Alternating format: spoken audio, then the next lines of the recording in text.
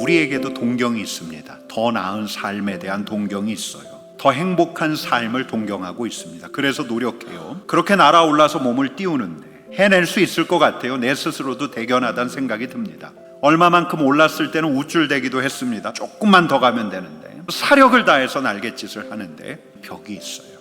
대체 어떤 보이지 않는 벽들이 꿈 많은 우리를 이렇게 좌절시켰는가? 성경이 기록하고 있는 예수님의 삶을 다시 한번 천천히 읽어보면 여느 사람들하고 달라요.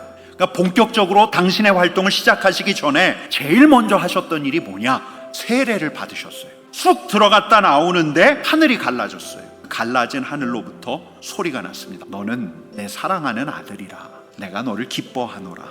사람들 눈에 보이지 않았지만 예수님의 하늘은 늘 열려 있었어요. 하늘이 열려 있으니 하늘에 계신 아버지와도 가까이 계셨어요. 왜 예수님에게만 하늘이 열려 있지? 왜 사람들에게는 하늘이 닫혀 있었던 거지? 어째서요? 모든 사람이 죄를 범하였으며, 죄, 사법적인 죄, 도덕적이고 윤리적인 죄를 가리키는 게 아니에요. 근본적인 죄, 지으심을 받은 이들이 지으신 자를 잊어버린 것. 하늘이 닫혀 있으니까 우리의 상상력, 우리의 사고도 보이는 이 세계를 벗어나지 못하는 거예요. 하나님의 영광에 이르는 길이 막혀버린 거예요. 그래서 여셨어요. 길을 여시기 위해서, 벽을 무너뜨리시기 위해서 우리 하나님께서는 저 푸른 하늘로 가려는 인간을 향해서 당신의 아들을 그 창에 던져버리신 거예요. 예수님께서 운명하시는 바로 그때 어떤 일이 있었는가?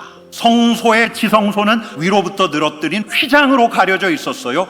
위에서부터 찢어졌어요. 누가 찢었다는 말이에요? 위에 계신 분이 찢었다는 말이에요. 하나님과 우리 사이에 막혔던 길이 열렸다는 것을 의미해요. 하나님을 떠난 인간, 죄로 인해서 더 이상 하나님의 영광을 볼 수 없었지만 이걸 우리 하나님께서 열어 제치신 거예요. 하나님께서 찢으신 거예요. 하늘이 열려있다라는 말은 무슨 말이냐면, 그걸 믿는 자는 전혀 다른 삶의 조건 가운데서 살아간다는 거예요. 하늘에 계신 그분의 도움과 그분의 능력과 그분의 지혜로 살아갈 수가 있는 거예요. 내 자신을 위한 더 나은 삶이 아니라 그분을 위한 삶, 타인을 위한 삶, 남을 위한 삶, 하나님께 사랑받는 자로서 사랑하면서 살게 돼요.